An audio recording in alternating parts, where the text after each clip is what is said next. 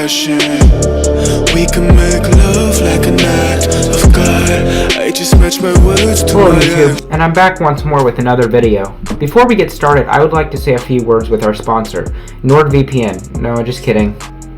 I don't have a sponsor, but I do have some tasty ASMR for you. Okay. But in all seriousness, today we're going to go over cracking some passwords. If you're wondering how password cracking works, it's certainly not like in Hollywood. In fact, it's not as hard as they make it seem. Password cracking was probably one of the first things I learned while trying to become an uber elite hacker.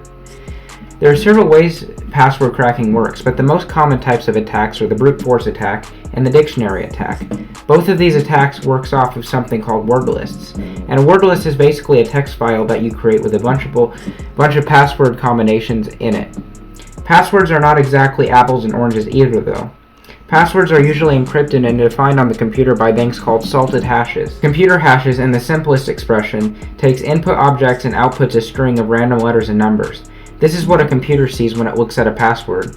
There's other things out there like checksum hashes, but we'll get to that in another video. Anyway, let's get started. Hashcat is one of the most notorious password cracking tools on Linux. There's many others out there like THC Hydra, John the Ripper, and Rainbow Tables. However, I enjoy Hashcat the most as I think it's the most unique in that aspect. It supports a variety of password hashes and works either off your CPU or GPU. This means that it depends entirely on your PC specs and on how quick the password gets cracked and decoded. It also depends on your word list size and how many password combinations the machine has to go through. For this video, we will be using a custom word list I have created. However, I personally recommend using rockyu.txt or something like that, which I will provide in the description. If you're curious about what your computer's specs are, you can use MSInfo32 or Task Manager to view it. Mine is an NVIDIA Quattro K1000M, so it's not the best, but it works. Not to mention there's several databases out there for leaked passwords already, such as on GitHub, HaveIBeenPwned.com, and a leaked password database website such as vigilante.pw, and many, many more. Starting off, you should update your distribution to the latest version of your Linux machine. I haven't used Kali in a while, but it makes sense to use it for this toolkit, and I find it the most convenient. Also, please excuse the small box. VMware is like this for some reason when it comes to Kali Linux, and I have no idea why. So anyway, if you want to view what version of Hashcat you're on, you can type hashcat --version for more info. If you don't have Hashcat installed, you can install it by typing sudo apt-get install hashcat. Hashcat also has an extensive help list for showing very useful and important information. The most important parts being, in my opinion, is the attack mode list, which you can use by typing the -a parameter followed by the corresponding number, such as 0 for a straight password attack, or 1 for a combination attack.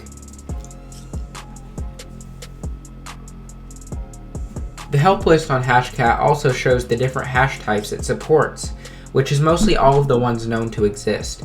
You can specify the type of hash you're going to attack, for example, by typing -m and the number of the hash type, such as 0 for MD5 and 1400 for SHA-256. You can also view the owner's manual of Hashcat by typing man hashcat. This will show even more useful information, such as different parameters and what they mean. Remember that -m is for the hash type and -a is for the attack mode. So now I'm going to make a new directory called password. I'm then going to open up the Nano text editor and go to this website called onlineconvert.com. This website is very useful because you can transfer any password into any type of hash. For this one, I'm going to use MD5, which is probably one of the least secure hashes out there.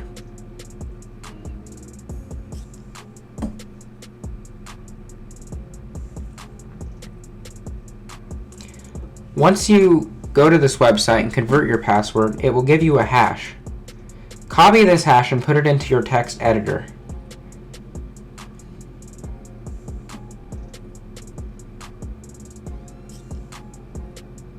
Once you've named your file, close Nano out and type ls to make sure you have the file there.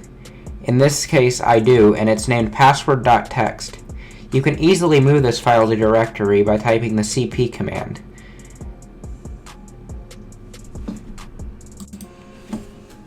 Once all of that is done, cd into user share word list and try to find rockyu.txt. It's going to come in a .gz format, so we will need to decompress it by using gunzip. We're copying it using the cp command. Let's go back to our home directory now and decompress it.